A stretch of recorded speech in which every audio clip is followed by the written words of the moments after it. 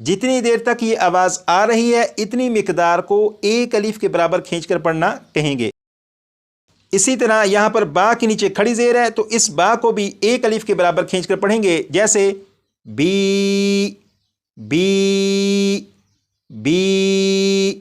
تو اس با کو پڑھتے ہوئے آپ کو یہ جو آواز آ رہی ہے ای ای، جتنی دیر تک یہ آواز آ رہی ہے اتنی مقدار کو ایک الف کے برابر کھینچ کر پڑھنا کہیں گے۔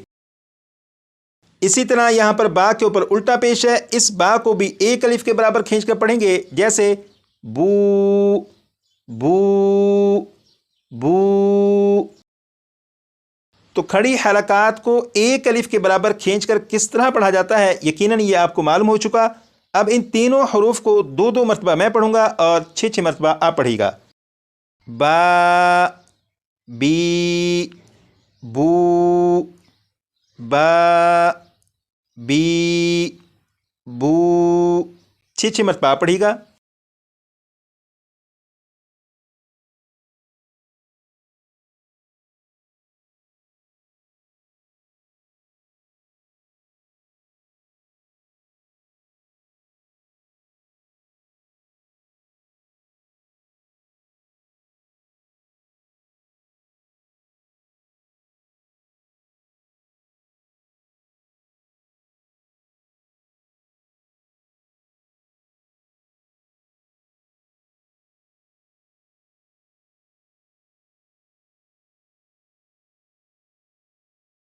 یقیناً آپ اپنے سبق کی پریکٹس کر چکے ہیں۔ اب آپ اتنا یاد رکھیے گا کہ جس حرف کے اوپر بھی کھڑا زبر، کھڑی زیر یا الٹا پیش آ جائے اس حرف کو ایک الف کے برابر کھینچ کر پڑھیں گے۔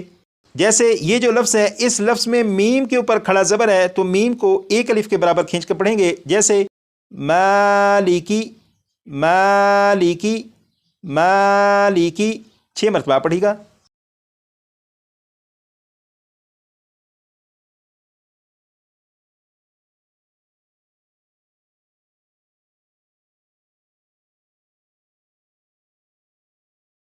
یہ جو لفظ ہے اس لفظ میں ہا کے نیچے کھڑی زیر ہے، لہٰذا ہا کو بھی ایک الف کے برابر کھینچ کر پڑھیں گے، جیسے قومیہ قومیہ قومیہ، 6 مرتبہ پڑھیے گا۔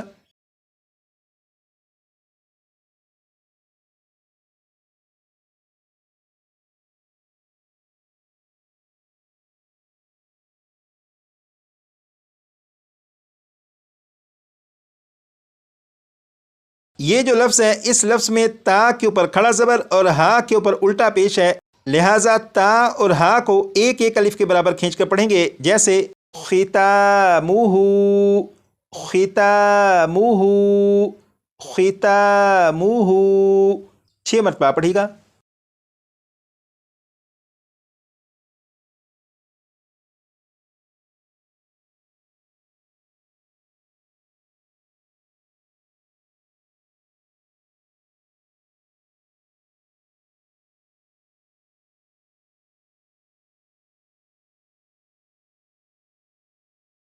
اب یہاں پر دیکھیں یہ قرآن پاک کا پارہ نمبر 5 ہے اور پارہ نمبر 5 کا یہ پہلا پیج ہے۔